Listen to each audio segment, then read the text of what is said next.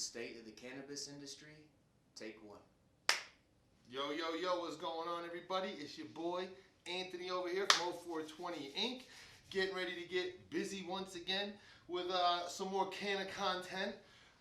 Again, we got our boy Gary V. That's a picture of him after his first dab. I heard he celebrated the new year. He's fucking dabbing now, and look at his face. He's so happy.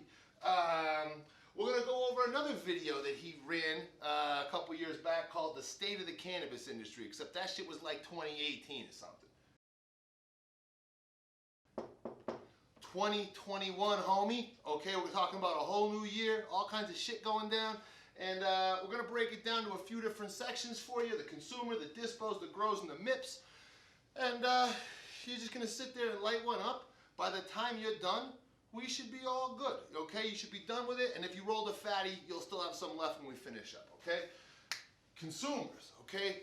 First off, buying habits. Let's go into this real quick, okay? 2020 proved one thing above all else with consumers of weed, okay? Some of you motherfuckers will smoke anything. You motherfucker!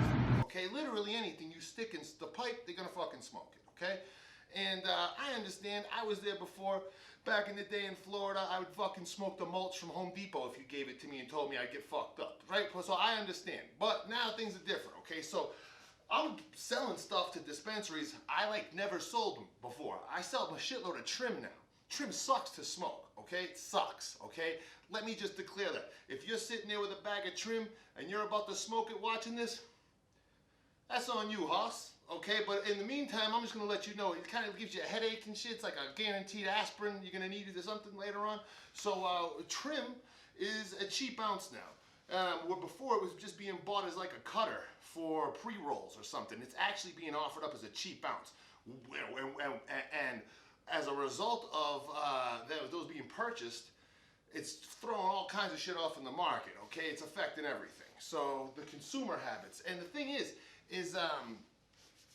people are like, you're not going to the dispensary as much, but when they go, they buy a lot more. Usually closer to their limits, a lot of people now. Deals work like crazy. Cheap shatter, cheap wax flies off the shelf. Because of the reduction in travel, the tourism, edibles are not flying off the shelf as they usually do. You know, a lot of people like to come into Colorado, they get a little infused muffin or some shit, and they're off to the races, okay? Well, that hasn't been happening, all right? So that's a little bit of a switch up here, all right? And that's enough about the buying habits, okay? What's another issue, okay? It's another episode. Home grows, let's talk about that. Growing at your house. Now, there was all kinds of legalization ballot measures that passed at the end of 2020. So there's some new states you're going to be able to grow at home in there eventually. And that's awesome. Obviously, if you're in a state that you can already grow at home, you should. Definitely grow at home. Unless you're me, because I'm going to fuck it up. I've already tried this before. I'm a mess. I'm way better at smoking it and selling it. That's my thing. So home grows. Here's a good thing. If you're growing at your house, you really can control what's going into it. Now, here's the thing. There's a little catch to that. You've got to start with good genetics, okay? Don't go pop some seed from the bullshit sack you bought at the corner store last month, okay? It's been sitting around. You're fucked, okay? If you stick that thing in the ground and think you're going to get something good out of it. That'd be like starting a basketball team with Gary Coleman. What you talking about, Willis? Okay, you wouldn't fucking do that, okay? You go get MJ, okay? Definitely get MJ, then you pick LeBron. You'd get MJ first, okay? And a home grow. So yeah, you should definitely be growing at your crib, and good thing with that is you can go ahead and basically stretch it to the next month or however long you're going. If you grow some shit, you get stuck with it, but you won't get clobbered over the head at the dispensary. I don't want to say clobbered, you know, you get what you pay for, but yeah, you can reduce costs. And if you're making it for just medicine, like if you're going to squish it and turn it into a Rex Simpson oil or Phoenix Tears or a fecal oil, something like that, there's many different names for that. It's phenomenal. It's definitely the way to do it. You definitely would want to do that, okay? Going to the dispo. Let's talk about that. It's like my favorite thing. Usually I'm bringing weed there, but usually when I go, there's some sort of give and take, and I leave with it as well. So going to the dispo has changed. they're now set up like fucking banks with like or like convenience stores in the hood with the fucking plexiglass everywhere. You feel like it's hockey. You're banging on the boards and shit when they're watching a fight. Here's how Darren got loose. And he got the shot in at Claude Lemieux.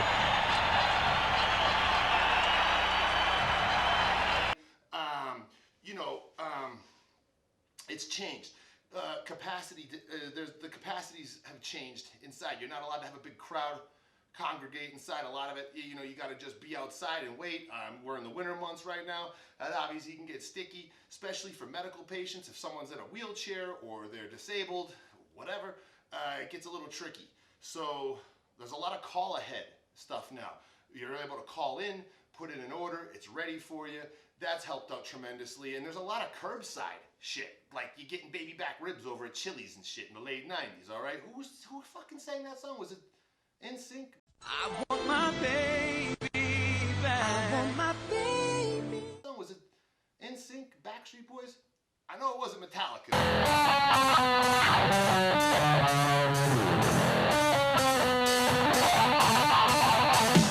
It was one of them fucking boy bands, okay? So, there's a lot of evolution essentially occurring right now with the dispensaries. Hopefully things loosen up and we can go back to normal. But in the meantime, we're adjusting, okay? It's enough about the consumer, okay? It's enough. It's enough. Let's talk about the dispensaries. The COVID response. So, each state made their own call. Some tried to shut it down. Some tried to many left it open. I know Mayor Hancock here in Denver, he tried shutting it down for like 3 hours. Realized that was like the fucking worst move ever in the history of life. And he pulled that shit right back. Here's my, any state that has this in place now, legal weed, that's their little magic, that's the goose that lays the golden egg, right? They get more tax revenue from that than they do any other business. It's essentially like doing business with the mob. Next time you see my face, show some respect. I will. You motherfucker! You shot my foot! It happens. Ah, you fucking asshole! So they're not going to shut them down. They're going to make sure that they stay open, and they should, obviously. The taxes are ridiculous, but it looks like right now they're going to stay open, okay? The COVID response. Buying tendencies. Now, this is, altered, of course, because of these motherfuckers buying, they'll smoke anything, some of them, so it's changed up everything, okay? Motherfucker! Like I was saying, value is king right now at the dispensary. Don't get me wrong, there's a bunch of top shelf stuff. It still sells. I buy that shit. I sell some of it, of course, but it's not moving as quick. What's moving really quick is like mid-tier, low-tier flour, okay? Like I was mentioning, popcorn sells like, hot cross buns. You think you're fucking crazy how quick popcorn will sell out. And now the new player in the game is shake. Motherfuckers just smoking shake, okay? I get it. I understand. You know what I mean? You just want to blaze all night? Fuck, blaze all night. But this is what's happened. And as a result of that, their buying tendencies have changed. They're buying stuff that normally gets relegated or, set aside for the MIPS. The MIPS usually survive on that stuff, on trim. That's what they make their oil out of, their wax, whatever the hell they're making, right? That's what their base ingredient has changed. So the other thing, too, is like, I think I was mentioning, earlier, like just the tourism going down has changed. There's obviously still edibles all over, but it's just flower, still the king. Really, well-priced concentrates, competitively priced concentrates are, in that where you're out the door for 20 to 30 bucks. They're phenomenal. Even the stuff lower than that, the waxes and shatters where you're out the door for 15 bucks, you cannot keep on the shelf. So that's essentially changed.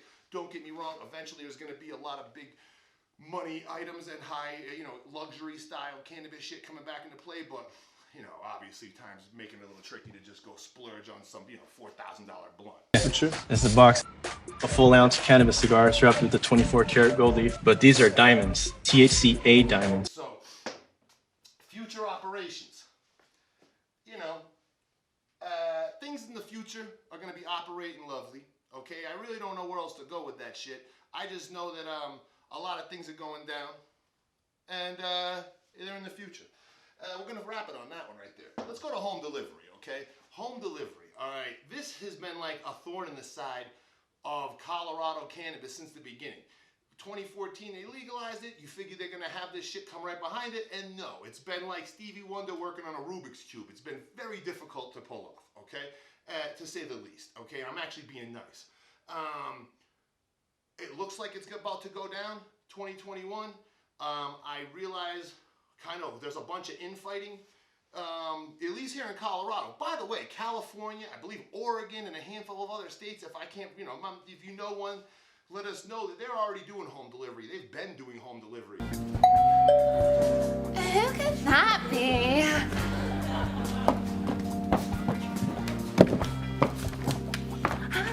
Pizza delivery. In Colorado, they're all acting like there's $1 billion worth of fucking commissions to make off dropping off sacks, and there's not, but they all think it is, so they're fucking fighting tooth and nail for who's gonna get the licenses, okay? So that's what's taking so long. Hopefully they can get their heads out of their ass and just start dropping medicine off. If you live far away from a major city or dispensary, whatever, right? It's gonna be huge. You know, if once a week, whatever, you know there's a route that comes out by your house and you can get your stuff dropped off, that's huge. If you're a fucking 900-pound pork chop, you know what I'm saying? You're just sitting at the house fucking slinging back ho-hos and stuff all day. This is going to be the best thing that ever happened to you, okay? You no longer need to go to the dispensary. The weed can now come to you. Munchies and the shit is all good. So that's the home delivery. Hopefully it goes down, and obviously when someone shows up with your weed, tip them. You know, it's like getting a pizza, except you can smoke it. So we'll finish with the dispos. Let's talk about the grows, okay? This is technically a sort of specialty of mine. I don't grow anything like I was mentioning earlier. I just smoke it and sell it, but that gives me a pretty good advantage because a lot of people don't do either of them, okay? So let's talk about the grows. They're the backbone of the whole industry. Without them, you have nothing, okay? Your genetics come from there. Your breeders are all tied through there. It's the base ingredient for everything. So let's talk about this. I know most people think they're gonna get in and they set one number. Hey, if we can just get this for our price for the course of the year, we're good. It doesn't really happen like that. Nobody really just gets their same price all year long, okay? It's a commodity, it goes up and down. And you're gonna have ups and you're gonna have downs. In the summer, you're usually dealing with a bit of a drought. The end of the year, the prior year's harvest is starting to dwindle, or it's just gone altogether. And as a result of that, you only have indoor growers. And of course the price goes up. So, you know, where we're selling something at $1,300, $1,400 around now, in the summer, all goes well, I'll be selling that same pound for $2 grand, maybe more, okay? Depending on the situation, okay? So ups and downs. Now, on the flip side of that, like we're on the low side right now, the outdoor harvest had come down, there's plenty of it.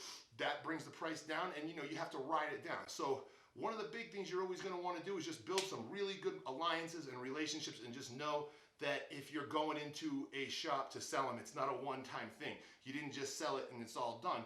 They're gonna wanna obviously put the best value on the shelf, and if your price doesn't change and the price is coming down, you might not get a call back. So you just gotta be conscious of that stuff and be ready to ride it up and down. Boutique versus a large scale. Okay, let's do this here. Let's maybe talk about a couple things. A boutique's usually a small grow. Smaller. Don't get me wrong, large grows can put out some really good stuff. Okay, I'm not trying to say that, but the bigger they get, usually the less attention per plant is given, okay? Boutique grows have a couple things that might set them apart. Really rare genetics, ones that a lot of people don't have, are maybe one of the main things that you'll see that would make a place boutique. Hey, I can't get this stuff anywhere else except for this grow. Well, that's gonna set you apart right there. For sure, in my opinion, a boutique grow, a machine doesn't touch the flower in terms of trimming. It's all usually hand trimmed. It has to be, really, in my opinion. Versus a large scale where they're having such big harvests and they usually come down really frequent, that you have to put a machine in play to essentially keep up with it. Don't get me wrong, you can still hand finish it, but you gotta start it essentially with a machine, and that'll, you know, reduce the quality slightly. I've smoked some fucking fire and stuff that's been a machine, don't get me wrong, but we're just trying to draw a line here between boutique and a large scale, right? Few other things.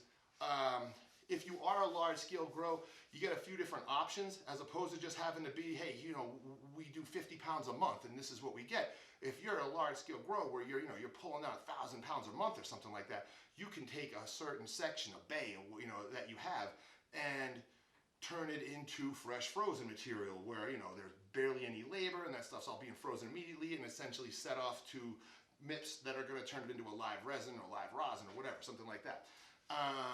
You got a lot more flexibility. And with that kind of diverse harvest that you have, you can open up, you know, a lot of different channels to do, you know, business through. Also, the other thing, when you're large scale, you are far more flexible in the price. If the average price in the industry is $1,300 and you've got 500 pounds that you can sell, you can go sell it at 11. You know what I mean? And undercut a lot of the business, a lot of the companies out there. And if your quality is really good, everyone's going to buy that stuff. So you got a little bit of leverage. And if you are large scale, sometimes you don't want to get so hung up on every, you know, your price per gram or whatever, everything.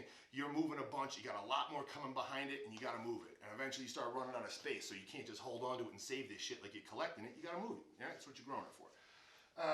And selling wholesale, obviously, you know, that's what I've been talking about here for the last few minutes. But selling wholesale is, excuse me, it's definitely hard to kind of pin down what exactly is going to happen during the day. Random shit comes up constantly where, you know, you might have to sell this to this person. You might, well, you know, hold on, I'm not fucking even stop right there. You know what's going through my mind about selling wholesale is we got a bunch of new regulations coming through here. It's like a 450-page policy change here with testing. It's going to be much more strict. There's going to be all kinds of, I just think, you know, there's going to be all kinds of not suspensions, but we would call people getting written up. There are potentially criminal charges can go into this. It's getting really serious here in Colorado. The testing's like, from what I understand, is probably going to be the strictest in the country. I know as someone who sells, you know, flower for a handful of different growers, you know, some of them are going to have stuff that passes, some of them aren't. I'm going to have to roll with the punches on that stuff, and I try to keep as many people, you know, up to what the hell's working versus what's not. I mean, that's kind of a job here as a salesperson, right?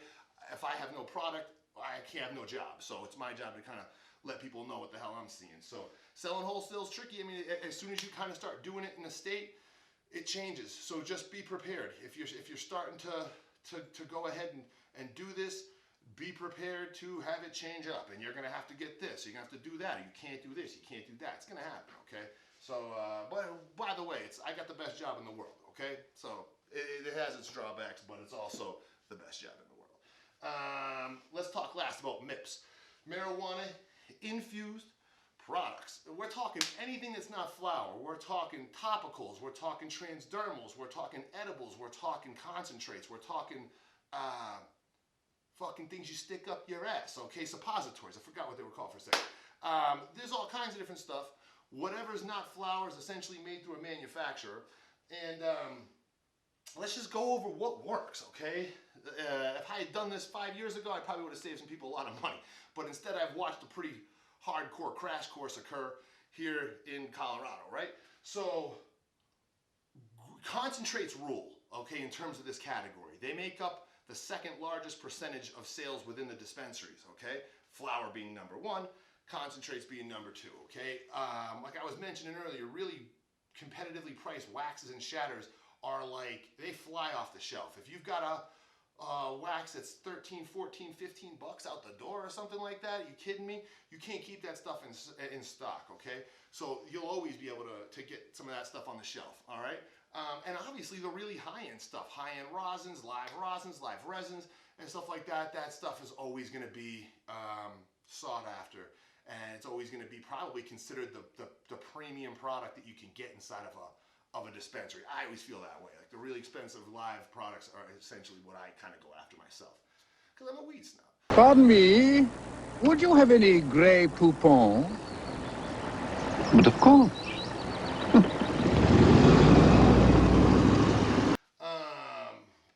What doesn't work? We did the segment before about getting too cute. You know what I mean? You don't want to get too cute with this shit. Infused non-bread, fucking infused, you know, date pies and whatever. You know, what's that shit? Like a duck pate. Who the fuck would buy that shit? You know what I mean? You don't want to go get too crazy with this stuff. You're gonna have a lot of competition. Don't get me wrong. If you're a one-off product that's real unique, you have to sell everybody in the state because not that many people that walk in the store you know, are trotting into a dispensary to shove something up their ass for the night, okay? That might be something else they do, but I don't think they want to get it out of your store. Yo, mouth to mouth, man. What? I'm out. Okay? So, weed. Weed works great. If we can't do weed, which we're talking about MIPS, we're going to go ahead and concentrates. Obviously, edibles are phenomenal. It's been tricky, though. This past year with tourism dropping down, it hasn't, the sales just haven't been there, okay? Not that they're not going to come back. Edible market's a great market, but you just got to be aware. By the way, one thing that is kind of funny that I've noticed is a lot of the edible companies, I mean, a lot of companies that started out doing edibles also started doing concentrates. You can think of like Incredibles started like that. Binsk started like that. We're talking about companies that were known for their edibles, their chocolates and their different bars and stuff. And, you know, now they put out Fire Live resins and they're doing, you know, big diamonds and all this shit, okay? And that's what they realized, okay? We can get on more shelves like this. We can get more of the big piece of the pie by having concentrates as well. So that's been something that I've seen kind of happen. And the competition, there's going to be a bunch. You're going to have to really stand out. The good thing is this. You don't need to sell everybody. You need to just get a really good relationship and you need to work to keep that, okay? And it may only take 1 store, 2 stores. You may get a spot that's got 10 locations. You got to treat them like gold. You can't sell everybody. It's almost impossible. So you just got to make sure, it is impossible, okay? So you got to make sure that you're able to, those relationships that you're building, you got to build them for a long, long, long haul. Okay, it's a long haul. You're going to have managers get fired. You're going to have ownership changes. But if you've got something on the shelf, you got to make sure you're doing everything you can to keep it on that shelf. And you got to stay heady. You got to be aware of what's going on. I can't even tell you how many times, you know, how come this stuff's not on the shelf anymore? Well, because they got rid of Henry and they brought in Sally, and now what the fuck? I can't get a hold of anybody. So that happens all the time. You're going to have to make sure that's boots on the ground work. Your employees or yourself who's out there knocking doors, making relationships, just keep in mind, you know, these things change up quick and you got to stay, you know, on top of it. That'll help set you apart from the competition faster than anything, I believe. And that's about all. As a matter of fact, it's not. I got this bonus down here.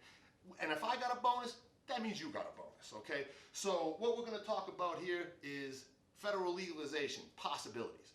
Nothing's come up yet, but with the new administration, seems like they're trying to go in that direction. Now, here's the question. Is it worth it? Okay, I understand everybody wants it legal, but at what cost? Are they going to fucking tax the shit out of it like they like to do everything else? Maybe it's not worth it. Maybe we wait for a little bit of a better plan to come through. I don't know. I'm just saying. Everything about legalization might not be all it's cracked up to be if there's a bunch of stipulations and a bunch of other shit that's tacked onto it. So, and by the way, and the other thing I've been hearing too, I mean, government control weed. You out of your fucking mind? You seen Pineapple Express? Answer the question.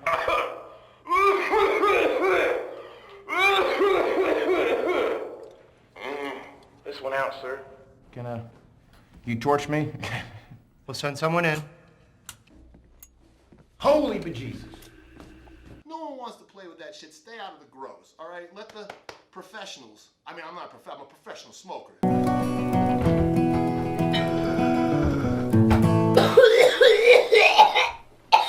Okay, but let the professionals do it, okay? And that's probably the best way to sum up this little episode here on the 0420 show. We thank you for popping through. Hopefully you're still blazing. If you're already done, you rolled a pinner, okay? I don't need to tell you that. You already knew it, okay? And if it's still going, yo, we need to smoke sometime, okay? Take care.